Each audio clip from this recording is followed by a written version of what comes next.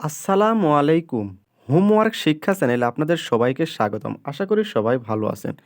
আজ আমরা অনার্স ১ম বর্ষ নন মেজর ফিজিক্স নিয়ে আলোচনা করব। এই নন মেজর ফিজিক্স 1 এর কিছু ম্যাথ সলিউশন করব এবং এই অধ্যায়টা আমরা কোন বিষয় নিয়ে আলোচনা করব, কিভাবে প্রশ্নগুলো পাওয়া যাবে সব নিয়ে আলোচনা করব।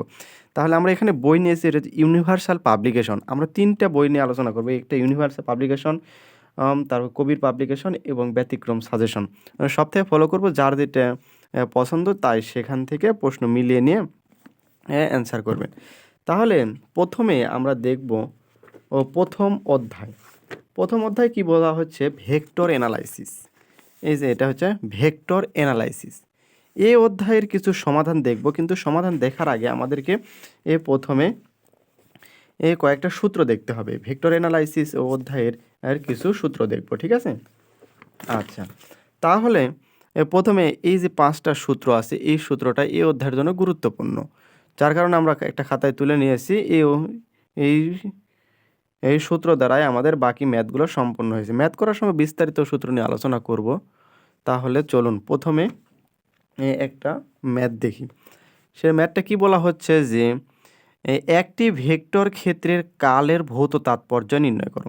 এটা প্রথম অধ্যায়ের প্রথম একটা ম্যাথ, সেটা হচ্ছে একটি ভেক্টর ক্ষেত্রে কালের ভৌত তাৎপর্য।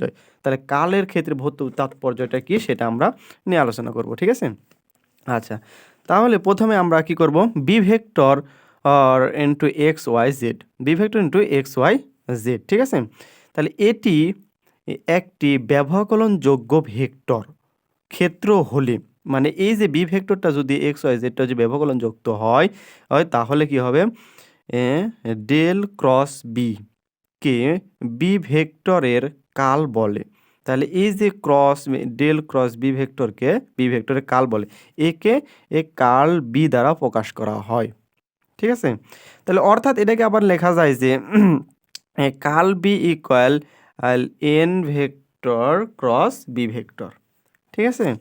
তাহলে কোনো ভেক্টর ক্ষেত্রের কাল ভেক্টর রাশি যা ওই ক্ষেত্রের ঘূর্ণন ব্যাখ্যা করবে।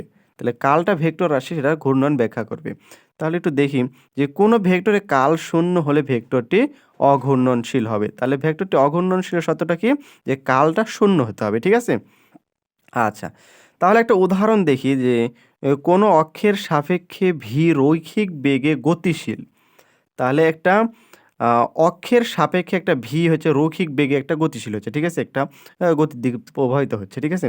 তাহলে একটি কোণা বিবেচনা করা যায়। তো গতিশীল একটা কোণা বিবেচনা করতেছি, তাহলে ভি ভেক্টরের কাল ওই কোণার কৌণিক বেগটা ওমেগা নির্দেশ করে। তাহলে এই ভি ভেক্টরের কালটা হচ্ছে ওমেগা নির্দেশ করতেছে, ঠিক আছে? তাহলে অর্থাৎ ওমেগা ইকুয়াল কার্ল ভি লেখা যায়, কারণ এই ওমেগা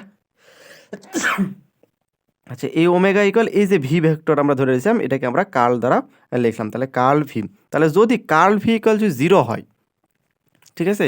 কার্ল ভি যদি আমরা 0 হয়, তখন আমরা কি পাবো, যে এই যে এখানে কার্ল 0 বসাও, তাহলে ওমেগার মান হচ্ছে 0 পাইতেছি, ঠিক আছে?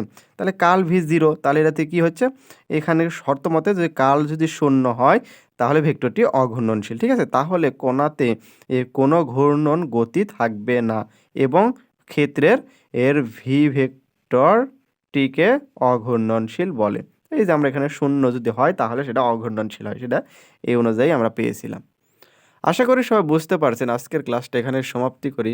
আসসালামু আলাইকুম ওয়া রাহমাতুল্লাহ।